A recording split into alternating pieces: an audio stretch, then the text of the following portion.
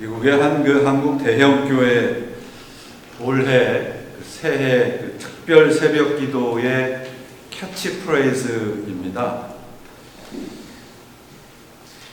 부모의 새벽 기도, 자녀의 평생 축복. 자녀의 새벽 기도, 부모의 노후 대책. 아내의 새벽 기도, 남편의 영적 성공. 참 재미있게도 이 교회의 표어가 올해 작년서부터 많은 교회들이 예배당 전면에 걸어놓은 그런 인기의 캐치프레이즈가 됐습니다. 여러분, 오늘 교회 왜 오셨습니까? 예수님을 왜 믿으시나요? 이 땅에서 자자손손 호의호식하기 위해서 예수를 열심히 믿고 교회 열심히 다니시는가요? 그렇다면 예수님이 우리의 이 땅에서의 안락한 삶을 위해서 십자가에서 목숨을 내어주신 것인가요?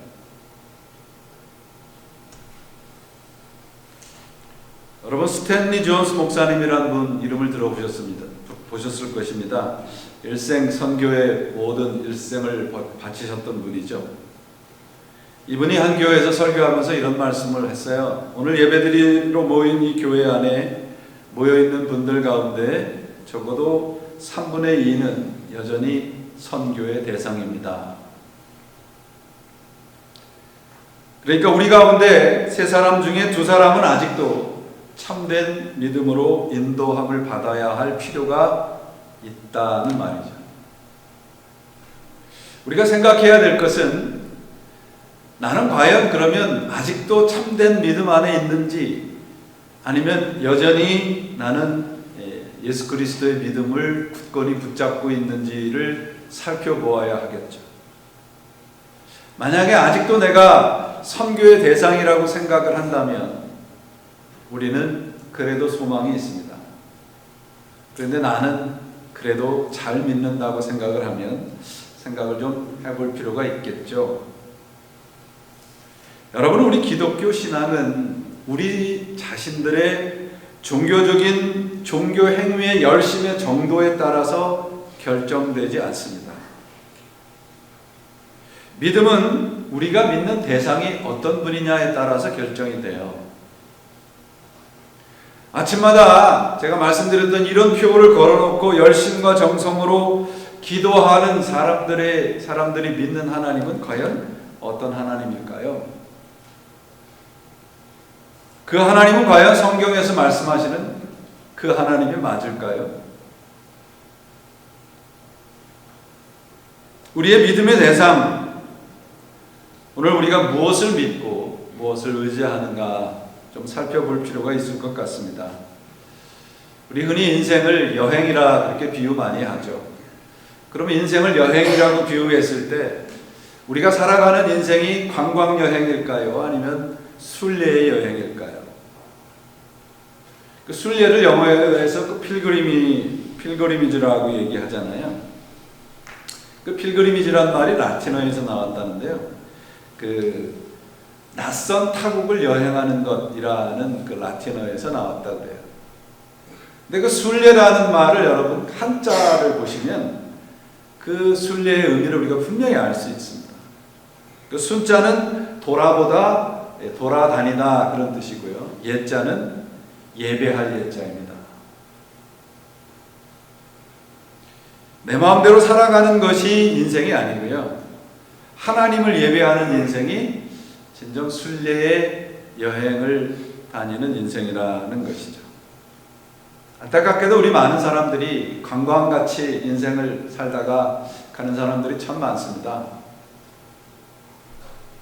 여러분, 우리의 인생은 과연 어디에 속해 있는가? 우리 스스로에게 한번 물어볼 필요가 있잖아요. 내가 나이가 들어감에 따라서 하나님과 가까워지고 있나? 아니면 하나님과 여전히 먼 거리에 있나?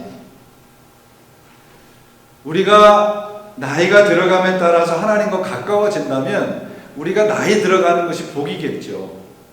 그렇죠? 그러나 나이 들어감에 따라서 그저 죽음과 가까워진다면 우리의 나이 들어감은 불행이잖아요. 우리 모두가 세월이 흘러가면서 나이가 들어가는데 그 나이가 들어가는 마지막 종착지가 하나님이라면 우리 인생은 오늘도 복된 인생이 되는 거죠. 우리 인생은 여러분 하나님을 알고 하나님을 사귈 수 있는 the only opportunity, 유일한 기회입니다. 다시 오지 않죠. 그래서 오늘 우리 함께 주님 안에서 살아가고 있는 인생은 도대체 어떤 인생이 되어야 하는가, 그리고 그분을 따라가는 인생에 주시는 하나님의 축복이 뭔가 함께 살펴보려고 합니다. 지난 시간에 우리 기도에 대해서 말씀을 드리면서 기도가 성령을 받은 증거라는 말씀을 드렸죠. 성령을 받은 증거가 기도를 통해서 알 수 있는데 예전에는 알지도 못하고 그저 많은 사람들이 원하고 나도 원하니까 구하지 않아야 될 것들을 기도했다면 성령을 받은 후에는 정말 하나님 안에 있는 것들을 기도하고 구하게 된다는 것입니다. 하나님에게 속하지 않은 것들을 기도하지 않고 하나님에 속해 있는 것들을 기도하며 내 안에 하나님의 것들이 채워지지 않은 것에 대해서 애통하는 것, 그게 성령을 받은 증거죠. 아까도 말씀드렸듯이요, 우리 기독교가 다른 종교와 구별이 되는 것은요, 우리 기독교는 철저하게 자력 종교가 아니라 타력 종교입니다.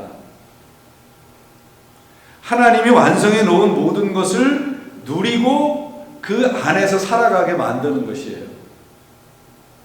즉 우리의 인생이 하나님 손에 붙잡혀 있다는 것입니다.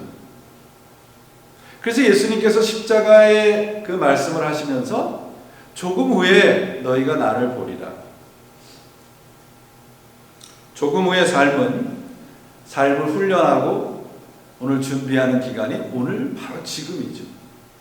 그러므로 성령을 받은 사람은 그 조금 후가 바로 오늘 우리가 살아가는 현재라는 것을 알고 살아가는 것이죠.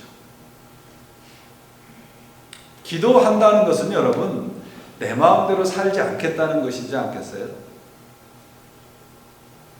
우리가 기도한다고 하는데 기도는 천성적으로 우리가 본능적인 그런 행위가 아닙니다. 그래서 여러분 우리 스스로 내가 정말 성령을 받은 것이 정말 맞나? 그렇게 긴가민가 하시다면 여러분이 기도하고 싶다면 나는 성령의 사람입니다. 그리고 기도하고 싶은 마음 가운데 내 마음대로 살고 싶은 마음을 좀 버리면 성령 안에서의 기쁨을 누리며 살아갈 수 있는 것이죠. 기독교는 그러므로 여러분 내 열심과 정성과 치성을 동원해서 세상 예수 그리스도 이름을 내가 붙잡고 세상에서 써먹을 힘과 방법을 얻어가는 것이 아니에요. 기독교는 어떻게 하면 하나님이 원하시는 것을 내가 할 수 있을까? 세상의 다른 종교와는 전혀 다른 거죠. 오늘 본문은 하나님과 예수 그리스도 그리고 우리와의 관계가 어떠해야 하는가 그것을 아주 잘 가르쳐주는 그런 내용입니다. 곧 믿음에 대한 분명한 가르침이 있어요. 여러분 믿기만 하면 세상에서 잘 살 수 있어요. 그렇죠? 맞습니까? 틀립니까?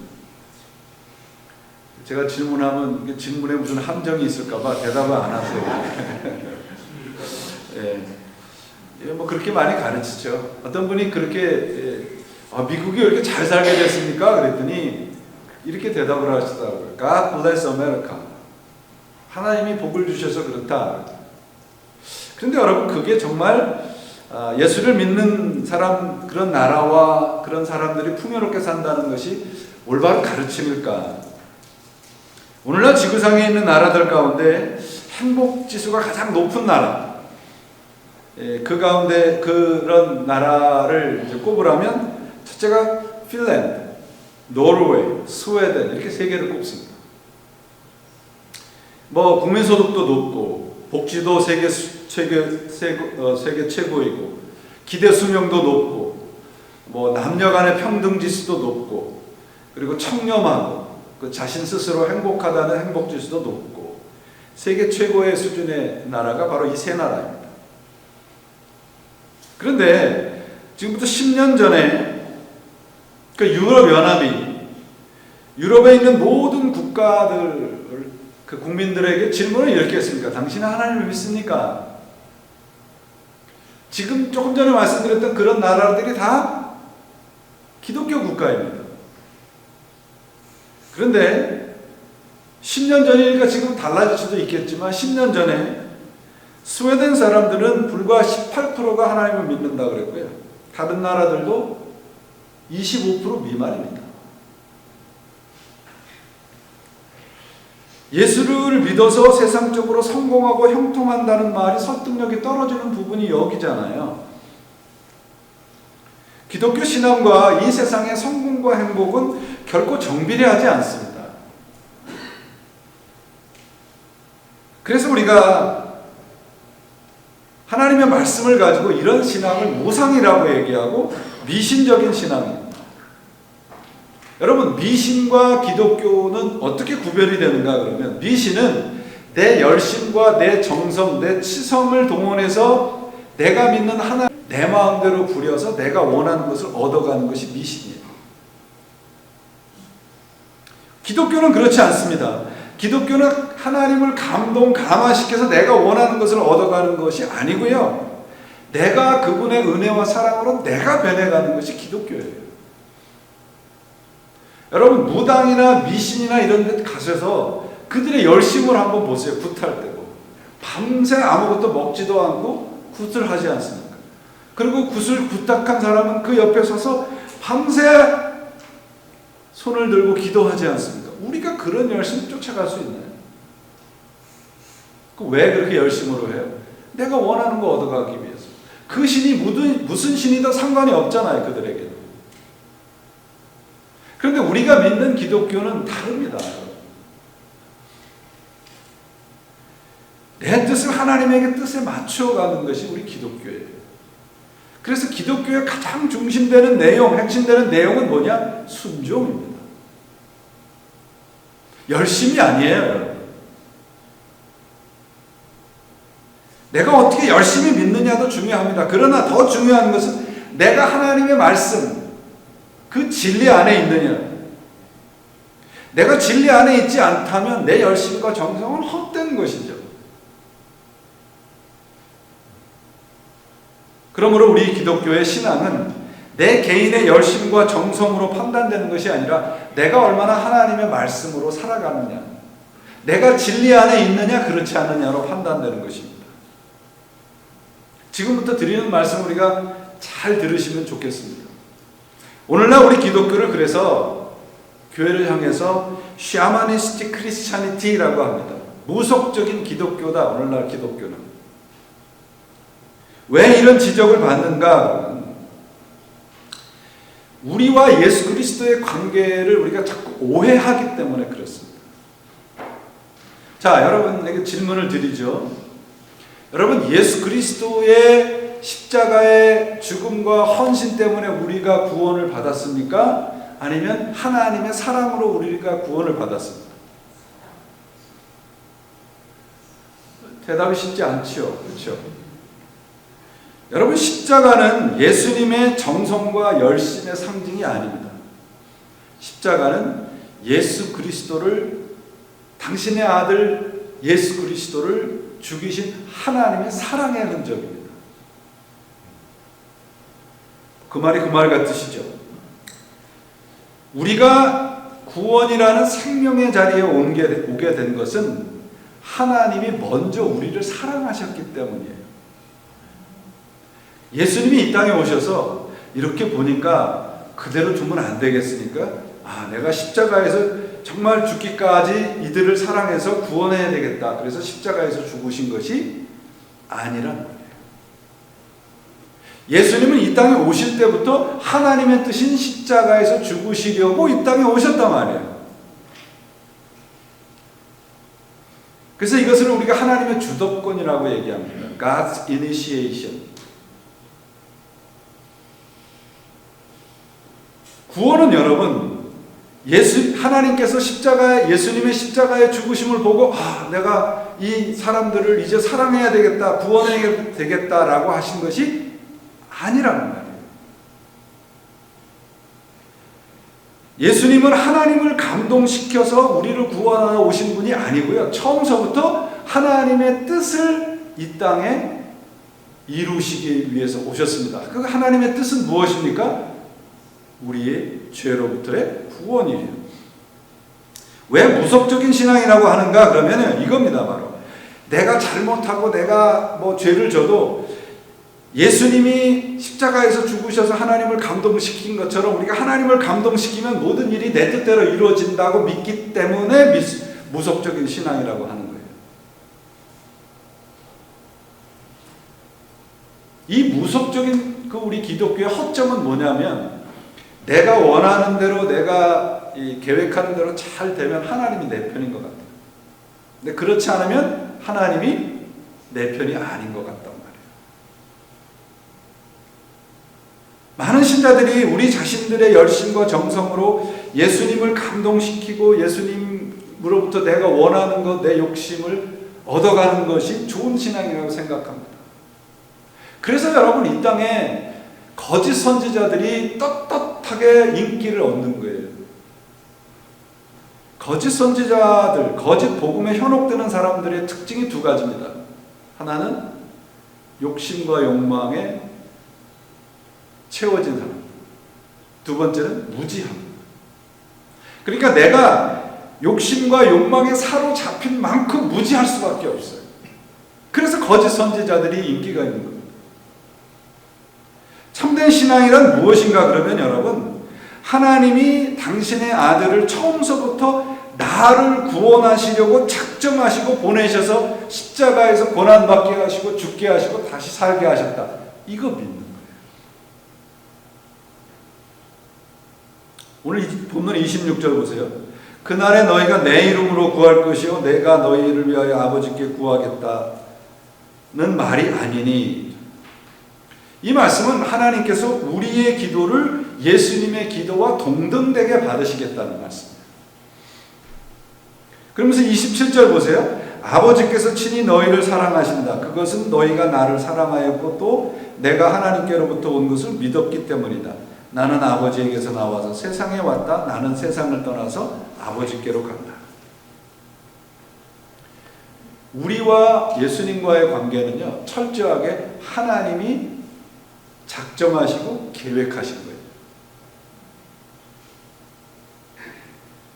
예수님은 바로 하나님이 우리를 향하신 뜻을 완성하러 오신 분이십니다.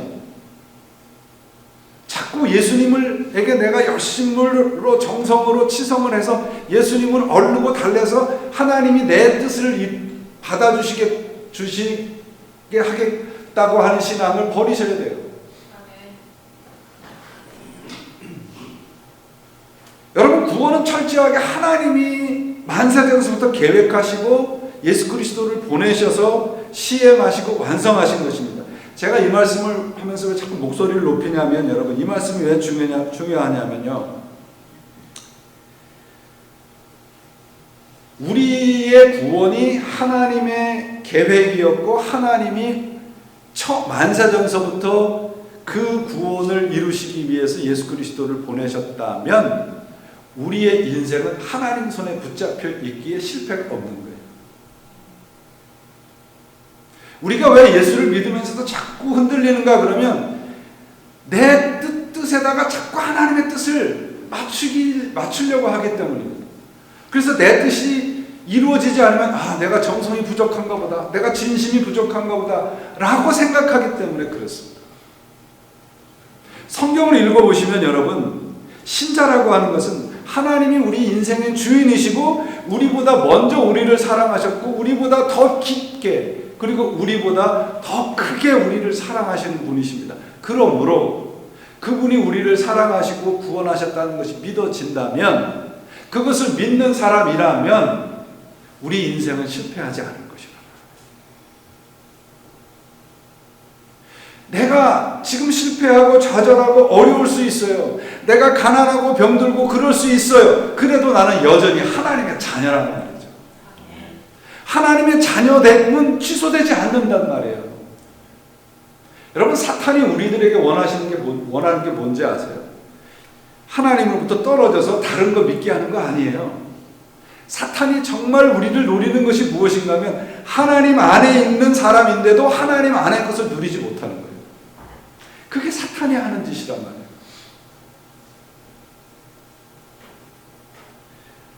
사도 바울이 갈라디아서 4장에서 그렇게 얘기해요. 때가 참에 하나님이 그 아들을 보내서 여자에게 낳게 하시고 우리로 하여금 하나님을 아버지라고 부르게 하셨다.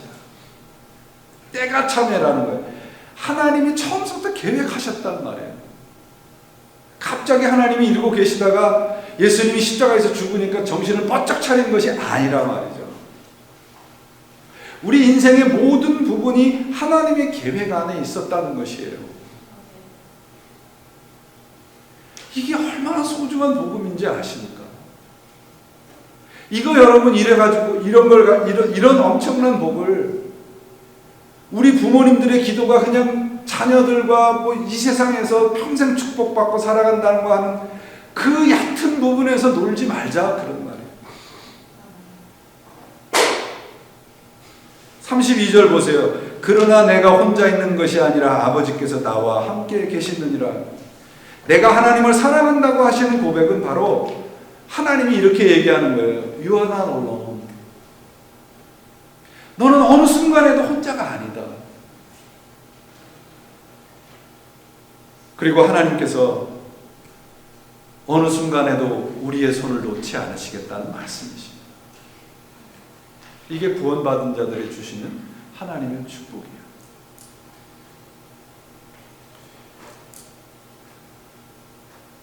제가 지금 이 나이까지 살아보니까요, 인생이 내 뜻대로 살 수도 없고 사라지지도 않더라고요. 그 말은 뭐냐 하면요, 내 인생의 주인이 내가 아니라는 거, 하나님이라는 거거든요. 젊었을 때는 정말 내 뜻대로 뭔가 다 되는 줄 알았어요. 그러다 보니 그런 순간에는 하나님과 멀어져 있는 제 자신을 발견하게 됐더라고요. 우리가 아무리 울고 치성으로 하나님을 움직이려고 해도 하나님은 내 뜻대로 움직여주시는 분이 아닙니다. 그래서 하나님이 사랑이신 거예요. 왜? 하나님은 나를 사랑하시는 그것을 단 한 번도 변경하시거나 취소하시지 않으시는 분이시기 때문에 그렇습니다. 성이 부족해도, 내가 믿음이 부족해도, 내가 진심이 지금 부족해도 하나님은 나를 처음 사랑하신 그 사랑을 변경하시는 분이 아니십니다. 그럼 우리가 어떻게 해야 돼요? 그저 그분의 뜻에 순종하면 돼요.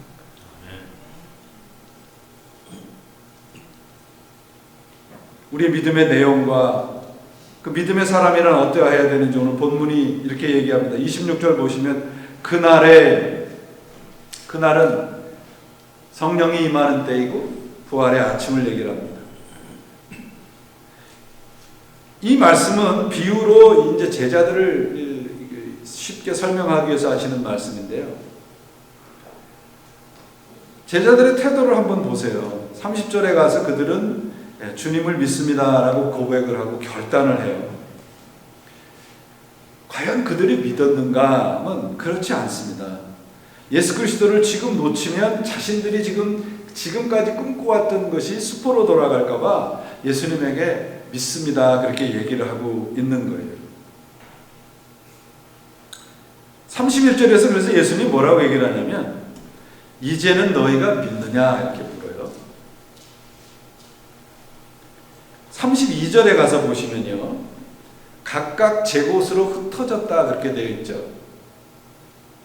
각각 자기가 정한 곳으로 흩어졌다고 되어 있는데 여기 제 곳이라는 말이 뭐냐면 안식처, 피난처라는 뜻이에요. 그러니까 제자들은 지금 이런 말입니다. 제자들은 자기가 피할 모든 것을 다 만들어 놓고 그런 다음에 예수님에게 믿는다 그러면 예수님께서 뭔가 주실 거라고 생각했던 거예요. 근데 예수님께서 31절에 이제는 너희가 믿느냐, 이 말은 뭐냐 하면 진짜 믿느냐 이거예요.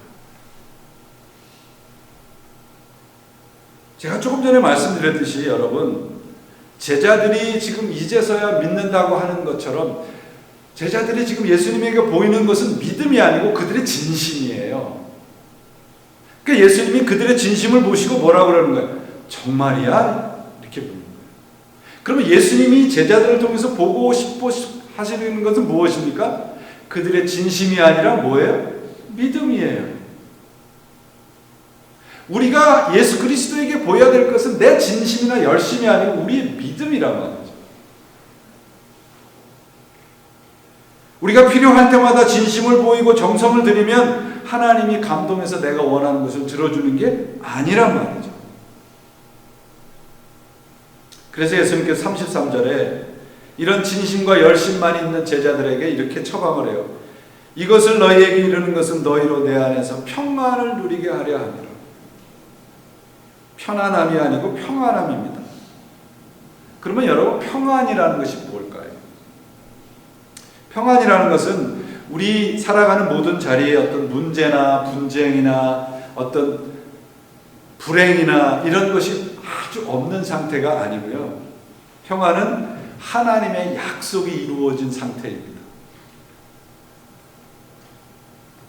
하나님은 우리를 사랑하시고 그 완전하신 사랑으로 우리를 결국은 완성해 가실 것입니다. 그것을 믿는 사람, 그걸 순종하는 사람이 평안한 사람이에요. 제가 조금 전에도 말씀드렸잖아요. 내가 하나님에게 등을 돌리는 순간에도, 내가 하나님을 믿지 않는 것 같은 순간에도 하나님은 여전히 내 편이셨거든요. 오늘 내 삶 속에 하나님이 보이지 않는 것 같은 그런 순간에도 하나님이 내 편이라고 하는 것이 믿어진다면 내 마음은 평안할 수 있습니다. 여러분, 요새 코로나 바이러스 때문에 불안하시잖아요. 그죠? 왜 불안해요? 안 보이잖아요. 근데 하나님 말씀을 통해서 우리들에게 하나님이 내 편이라는 걸 보여주신단 말이에요.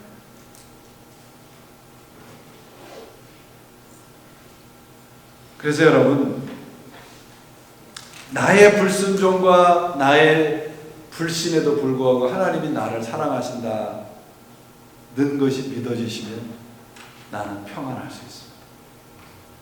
그래서 평안의 또 다른 말은 믿음입니다. 믿음과 평안은 같은 단어로 사용해도 좋은 단어입니다.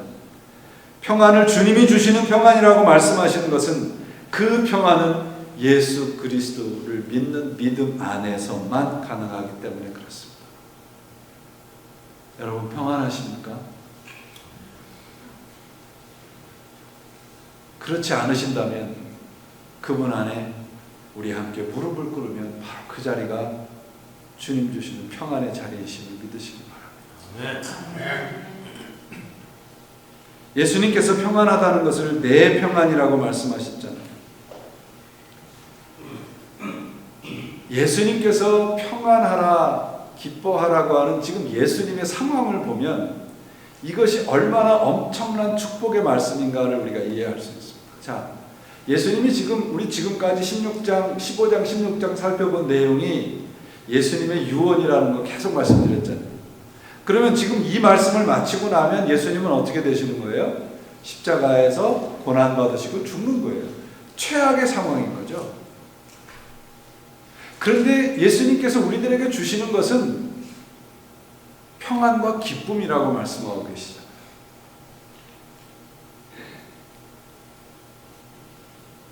32절 다시 한번 볼게요. 보라, 너희가 다 각각 제 곳으로 흩어지고 나를 혼자 둘 때가 오나니 벌써 왔도다. 이게 예수님의 상황이에요. 근데 그 다음에 어떻게 시작을 해요? 그러나 내가 혼자 있는 것이 아니라 아버지께서 나와 함께 계시느니라. 이 세상에서 우리는 결국은 혼자잖아요. 이 세상을 떠나는 날 결국은 아무리 사랑하는 사람이라도 나와 같이 가주지 않지 않아요. 혼자예요. 주님도 십자가를 지시고 가시는데 혼자라고 말씀을 하세요. 그런데 주님께서 우리들에게 말씀하시는 평안은 뭐예요? 하나님이 나와 함께 계시기 때문이라는 거예요. 세상적으로는 나는 홀로 십자가를 지게 될 것이다. 그러나 하나님의 뜻은 중단되지 않고 너희와 나와 함께 계시다는 것을 믿기에 나는 혼자가 아니다. 우리가 세상에서 홀로 남은 것 같은 상황이 있잖아요. 실패하고 좌절하고 아무것도 남아있지 않는 것 같은 상황이라도 우리 함께 오늘 말씀을 보시면서 믿음의 고백을 할 수 있습니다. 그러나 하나님은 여전히 우리와 함께 계십니다. 예수님의 이 말씀은요, 이 세상의 평안과 모든 이 세상적인 것을 다 파괴시켜 버리시고 세상적인 평강과 기쁨이 바로 이 세상적인 모든 것들을 다 파괴시켜진 그 상황에서 하늘의 평안과 기쁨을 우리들에게 주신다는 거예요.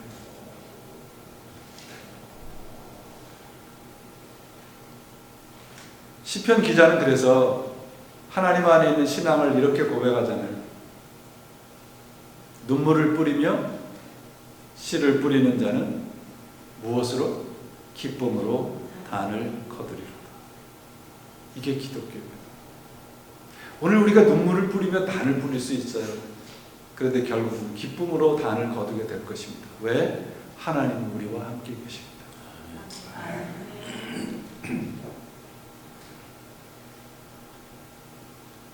그러시면서 예수님께서 내가 세상을 이겼다 그러시면서 뭐라고 말씀하세요?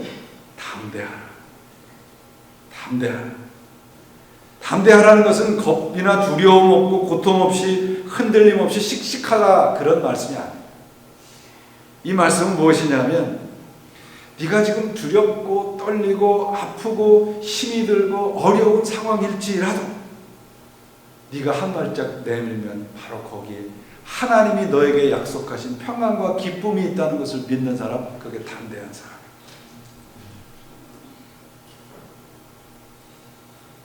그래서 이 담대함이란 내 의지나 결단에서 오는 게 아니고요, 하나님이 주시는 평안에서 오는 겁니다. 그러므로 평안과 기쁨과 담대함은 내가 그렇게 해야지라고 하는 내 정성이나 내 열심으로 되어지는 것이 아니고요, 무엇으로 되어지는가요? 하나님의 열심으로 되어집니다. 우리가 믿을 것은 그러므로 여러분 우리의 열심이 아니고 뭐예요? 하나님의 열심입니다. 그 하나님의 열심이 무엇입니까? 십자가의 사랑입니다. 오늘 내가 아파도 가난해도 실패와 좌절 속에 있어도 믿음으로 걸어가는 그 사람의 걸음이 바로 담대함의 걸음이고 믿음의 발걸음입니다. 우리 교회와 여러분들의 발걸음이 그런 담대함의 발걸음들이 되시기 바랍니다. 오늘 우리의 모습이 미약해도 괜찮아요. 약해 보여도 괜찮아요. 실패해도 괜찮아요. 거기에서 정말 반 걸음이라도 주님이 저기 계심을 믿고 걸어가는 사람은 담대한 사람입니다. 바로 거기에 승리의 약속이 있습니다. 사랑하는 여러분, 제가 처음에 설교 말씀에 드렸듯이 여러분은 왜 오늘 교회에 오셨습니까? 왜 예수를 믿으십니까? 요한의 설레 목사님이 자신의 마지막 유언 같은 말씀을 이렇게 했어요. 여러분, 우리 인생은 하나님께로 나서 다시 하나님께로 돌아가는 것입니다. 한번 이 말씀 앞에서 자신의 인생을 진지하게 뒤돌아보십시오. 성경은 우리가 선택해야 할 가장 아름다운 삶의 방식이 어떤 것인가를 보여줍니다. 우리는 혼자가 아닙니다. 우리의 인생에 있어서 가장 좋은 것은 하나님께서 우리와 함께 계시는 것입니다. The best of all is God is with us. The best of all is God is with us. 이게 오늘 말씀이 우리들에게 주신 하나님의 말씀입니다. 이 말씀이 왜 복된지 아세요? 이 세상의 모든 것은 여러분 이 세상에 있는 것들의 변형이고 조금 발전된 것이고 조금 각색한 것이에요. 예술이 그렇습니다. 그렇죠? 그런데 우리가 하나님으로부터 받은 것은 하나님의 생명으로 된 것이잖아요. 우리의 구원은 이 세상의 것들로 주신 것이 아니고요, 하나님에 속한 것들로 주신 거란 말이죠. 그러니까 세상의 것들이 다 무너지는 상황 속에서도 우리는 평안할 수 있는 것입니다. 왜? 내가 받은 것은 세상으로부터 받은 것이 아니고요, 하나님으로부터 하늘에 속한 것이기 때문에 그렇습니다. 오늘 말씀을 그래서 예수님께서 그렇게 말씀하시잖아요. 이것이 바로 평안이고 이것이 기쁨이고 이것이 담대함이라고 말씀해 주십니다. 너희가 나를 혼자 둘 때가 온다. 혼자 죽음의 거리를 걷게 만들 것이다. 그러나 내가 혼자가 아니다. 이것이 우리가 붙잡아야 될 말씀입니다. 우리는 세상에서 혼자일 것입니다. 그러나 결코 혼자가 아닙니다. 왜? 하나님은 우리 편이시기 때문에 그렇습니다. 나를 두고 도망가는 결국은 홀로 예수님이 혼자 남으시겠지만 십자가를 통해서 하나님과 함께 계시기에 나는 평안하고 기쁘다. 이것을 너희에게 남겨주고 간다는 말씀입니다. 여러분, 하나님은 이런 사람으로 우리를 사랑하고 계십니다.